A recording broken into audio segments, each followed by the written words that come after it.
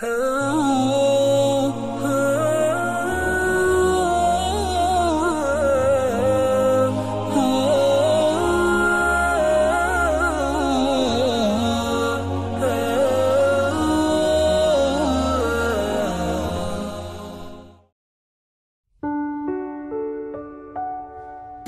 satu daripada cabangnya wahyu adalah mimpi yang baik.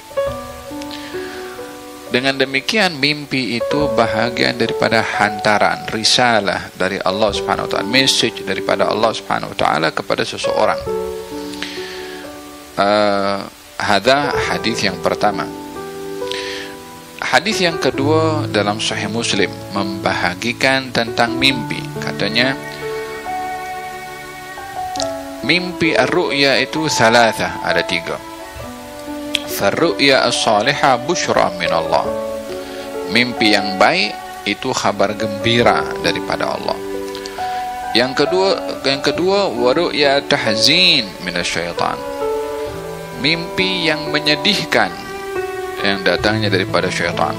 Mimpi yang menyedihkan di sini maksudnya mimpi yang menakutkan, mimpi yang tidak disenangi, mimpi yang menggerunkan. Seperti ada seorang di zaman baginda Rasulullah bermimpi, katanya, ya Rasulullah, aku bermimpi kepalaku dipenggal dan aku bawa aku punya kepala. Kemudian kata baginda Rasulullah SAW mengatakan bahwasanya mimpi itu yang seperti ini datangnya daripada syaitan, dan kalau kamu mimpi seperti itu jangan cerita kepada orang. Dengan demikian Nabi membahagikan tentang mimpi yang baik dan mimpi yang tidak baik. Mimpi yang tak baik jangan cerita dengan orang.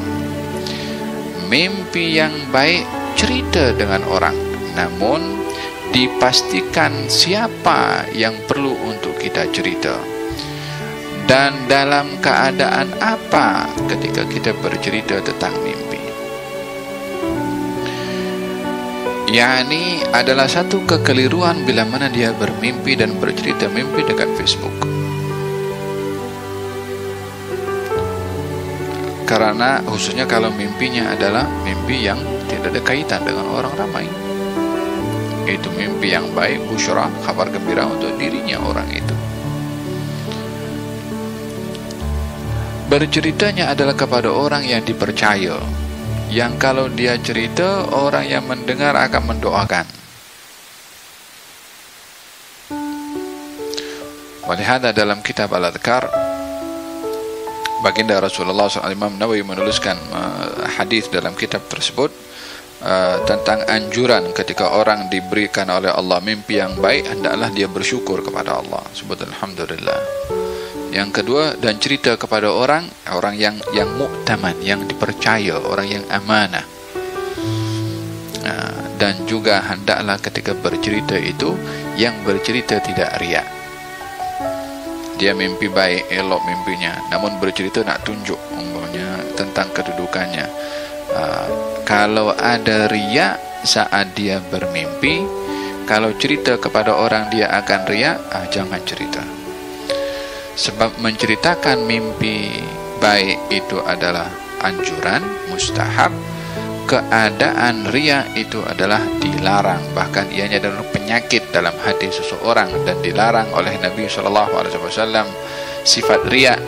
Maka kita tidak boleh melakukan hal yang dianjurkan dengan kita tergelincir melakukan perkara yang dilarang, sampai kepada peringkat kita ini yakin kalau kita bercerita tidak riya, artinya tidak tergelincir dengan riya sehingga kita boleh berdosa dengan riya, maka kita digalakkan untuk menceritakan mimpi tersebut.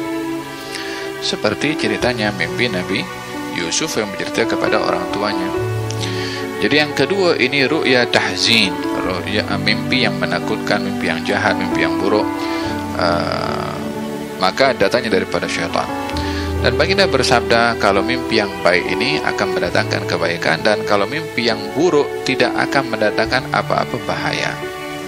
Dan ini rahmat daripada Allah Subhanahu wa taala kepada kaum muslimin, mimpinya kalau mimpi baik akan diberi kebaikan oleh Allah, walaupun kebaikan itu tidak semestinya apa yang dilihat di dalam mimpi, tapi ianya menjadi isyarat tanda kebaikan akan didapat, mungkin di dunia, mungkin di akhirat. Itu terpulang kepada yang maha memberi subhanahu wa ta'ala kepada orang yang bermimpi tadi. Adapun mimpi yang jahat, mimpi yang tidak baik, tidak akan berlaku perkara tidak baik kepadanya. Demikian jaminan yang diberikan oleh Nabi Muhammad SAW, karena mimpi yang tak baik datangnya daripada syaitan, tak akan mungkin syaitan dapat memudaratkan kepada manusia. Dan bahagian mimpi yang ketiga adalah ru'ya mimma yuhadithul mar'u nafsahu, mimpi di mana manusia itu yang mimpi yang bermain dalam fikiran seseorang.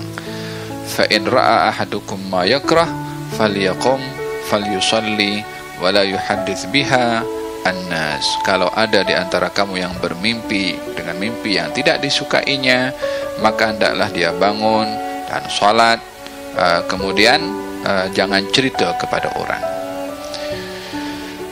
Dalam riwayat yang lain, kalau terjaga dari mimpi dengan mimpi yang tidak baik, menghembuskan dengan mulutnya 3 kali, kemudian berpindah posisi menghadap ke arah yang berlawanan dengan kondisi badan ketika bermimpi dengan mimpi yang tidak baik, sambil berta'awudz kepada Allah Subhanahu wa taala, a'udzubillahi minasyaitonir rajim.